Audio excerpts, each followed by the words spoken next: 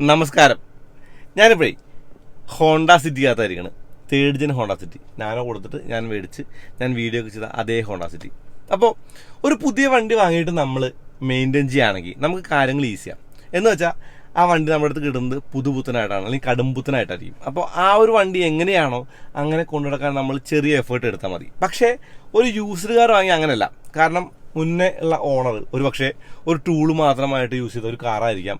അതല്ലെങ്കിൽ ചിലപ്പോൾ നല്ല വണ്ടികൾ അല്ലെങ്കിൽ നല്ല പ്രശ്നങ്ങളില്ലാത്ത വണ്ടികളാണെങ്കിൽ കുഴപ്പമൊന്നുമില്ല, ഈ വണ്ടിക്ക് അധികം പ്രശ്നങ്ങളില്ല. ഇത് നല്ല ഒരു എക്സാമ്പിളാണ് നമുക്ക് കിട്ടിയത്. അതുകൊണ്ട് തന്നെ അധികം മെനക്കെടേണ്ട കാര്യമില്ല. എന്നാലും സീറ്റ് കവർ അല്ലെങ്കിൽ ഡാഷ്ബോർഡ് അല്ലെങ്കിൽ ഡോർ പാഡൊക്കെ അത്യാവശ്യം ചെളി പിടിച്ചിട്ടുണ്ട്, അത്യാവശ്യം കളറൊക്കെ മാറിയിട്ടുണ്ട്. അപ്പോൾ എനിക്ക് തോന്നി കുറേ കാലമായിട്ട് ഒരു do it your self video നമ്മൾ ചെയ്തിട്ടുള്ളൂ. അപ്പോൾ എനിക്ക് തോന്നി ഇന്നെന്തായാലും ഈ ഒരു ഹോണ്ട സിറ്റിയുടെ ഇൻറ്റീരിയർ ക്ലീൻ ചെയ്തേക്കാം. അതിനായിട്ട് ഒരു ചെറിയ പ്രൊഡക്റ്റ് മേടിച്ചിട്ടുണ്ട്. അതുമാത്രമല്ല, പലരോടും ചോദിച്ചപ്പോൾ കിട്ടിയ പല ഇൻഫർമേഷൻസ് ഞാൻ ഈ ഒരു വീഡിയോയിൽ ഉൾപ്പെടുത്തുന്നുണ്ട്. അപ്പോൾ അങ്ങനെയുള്ള കാര്യങ്ങളൊക്കെ ഉൾപ്പെടുത്തിക്കൊണ്ട് നമുക്ക് ഈ ഒരു വണ്ടിയുടെ ഇൻറ്റീരിയർ ക്ലീൻ ചെയ്യാം. വണ്ടി പ്രാന്തൻ്റെ പുതിയ വീഡിയോയിൽ എല്ലാവർക്കും സ്വാഗതം. ഇത് do it your self video ആണ്, അതായത് ഞാൻ സ്വയം ചെയ്യുന്നതാണ്. ഇപ്പോൾ നമുക്കൊരു പ്രൊമോഷൻ എടുത്തിട്ട് വേണമെങ്കിൽ ഏതെങ്കിലും ഒരു ഷോപ്പ് കൊണ്ടുപോയി ചെയ്യാവുന്ന കാര്യമുള്ളൂ. നമുക്ക് മെനക്കെടേണ്ട കാര്യമില്ല, പ്രൊമോഷൻ എടുക്കാം, അവരുടെയായിട്ടുള്ള ഒരു കാര്യങ്ങളൊക്കെ പറയാം. പക്ഷേ അതിനേക്കാൾ എളുപ്പം എനിക്ക് തോന്നിയത് കുറഞ്ഞ ചിലവിൽ, അതായത് ഒരുപാട് കാശിലാക്കിയിട്ട് ചെയ്യുന്ന കാര്യമില്ല, വളരെ കുറച്ച് ചിലവിൽ നമുക്ക് തന്നെ സ്വന്തമായിട്ട് ചെയ്യാൻ പറ്റുക നല്ലതല്ലേ. അപ്പോൾ എന്തായാലും ഇന്ന് നമുക്ക് ഈ ഹോണ്ട സിറ്റിയുടെ ഇൻറ്റീരിയർ ഒന്ന് ക്ലീൻ ചെയ്യാം.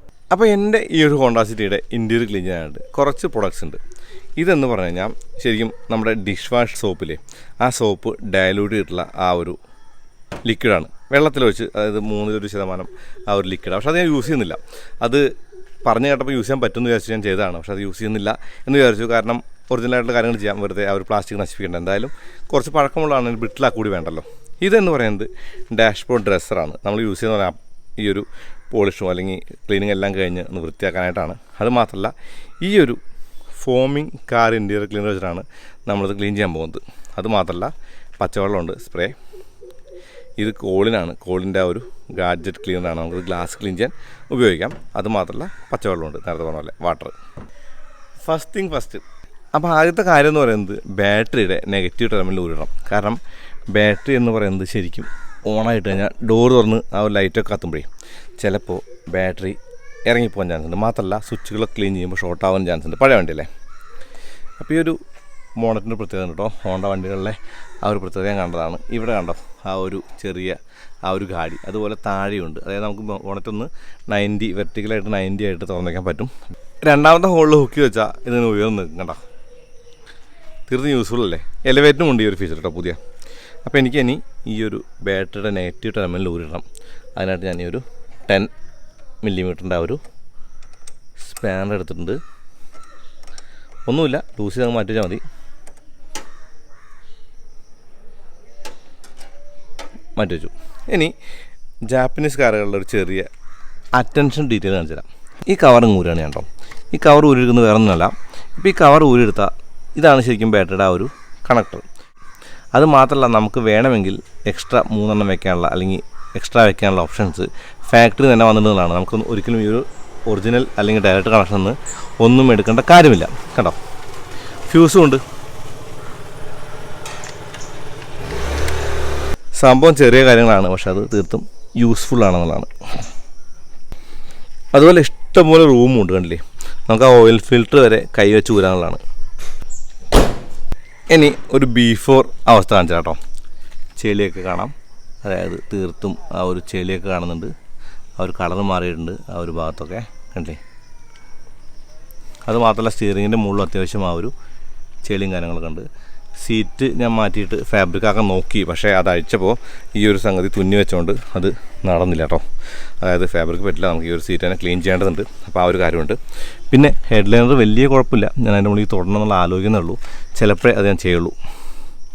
ബ്ലാക്ക് പിന്നെ നീറ്റാണ്. ബാക്കിലും ഏറെക്കുറെ നമുക്ക് ആ ഒരു സീറ്റിൻ്റെ മുകളിൽ ചെളിയൊക്കെ കാണാം, കണ്ടില്ലേ. ഒരു ടൂത്ത് ബ്രഷും ഉണ്ട്, ഒരു ഡീറ്റെയിലിംഗ് ബ്രഷും ഉണ്ട് നമുക്ക് യൂസ് ചെയ്യാനായിട്ട്. ഇതിൻ്റെ യൂസ് എന്ന് പറഞ്ഞാൽ സംഭവം സിമ്പിളാണ്. ഇതിൻ്റെ ഡയറക്ഷൻസ് അതിന് മുകളിൽ തന്നെ എഴുതിയിട്ടുണ്ടേ.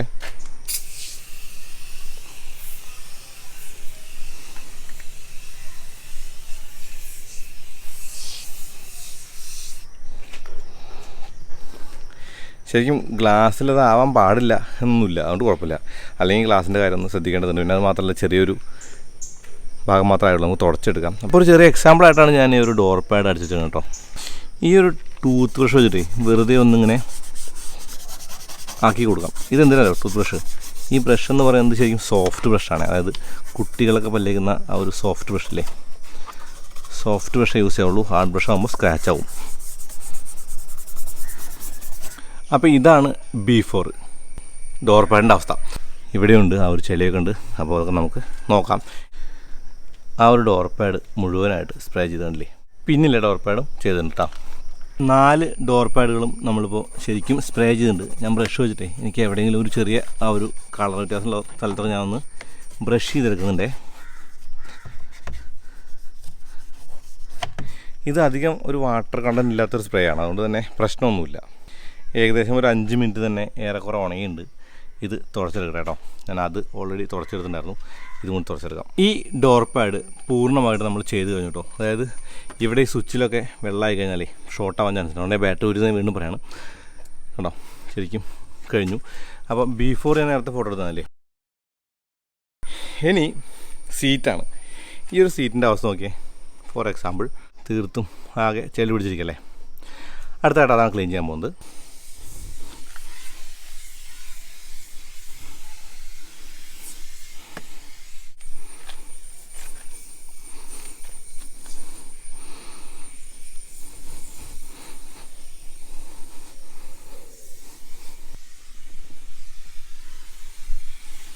അങ്ങനെ മൊത്തം സീറ്റ് മുഴുവൻ ഞാൻ ആ ഒരു സ്പ്രേ ചെയ്തിട്ടുണ്ട്, സോക്ക് ചെയ്തിട്ടുണ്ട്. ഈ സീറ്റും ചെയ്തിട്ടുണ്ട്.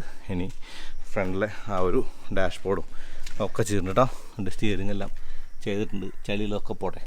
ഈ സീറ്റ് പക്ഷേ വെറുതെ ഫോമിട്ട പോരാ, നമ്മൾ ബ്രഷ് ഇട്ട് ഉരക്കണം. കാരണം അതിൽ കുറേ കാലത്തെ ആ ഒരു ചെളിയൊക്കെ ഉണ്ടല്ലോ. അപ്പോൾ സീറ്റ് വൃത്തിയാണെങ്കിൽ തീർത്തും ബ്രഷ് ചെയ്യണം.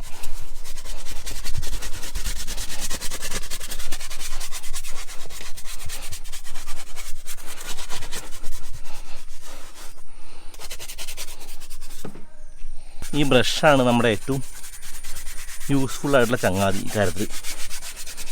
ഇങ്ങനെ ഉരച്ചാൽ മാത്രം പോരാ, അതിനുശേഷം മൈക്രോഫൈബർ ഉപയോഗിച്ചിട്ട് തുടച്ചെടുക്കണം വൃത്തിയായിട്ട്. ഒരു തുള്ളി വെള്ളം പോലും ഇല്ലാണ്ട്. വെള്ളം കുറവാണെന്നാലും. അപ്പോൾ 1 മണിക്കൂറിനും കഷ്ടപ്പാടിനും അവസാനം കണ്ടോ. ഡോർ പാഡ്, സീറ്റ്സ്,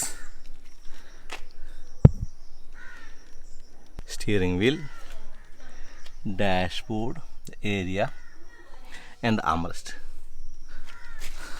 മുഖത്ത് ആ ഒരു വേർപ്പും കാര്യങ്ങളൊക്കെ കാണാം, കാരണം കഷ്ടപ്പെട്ട് പണിയെടുത്തല്ലേ.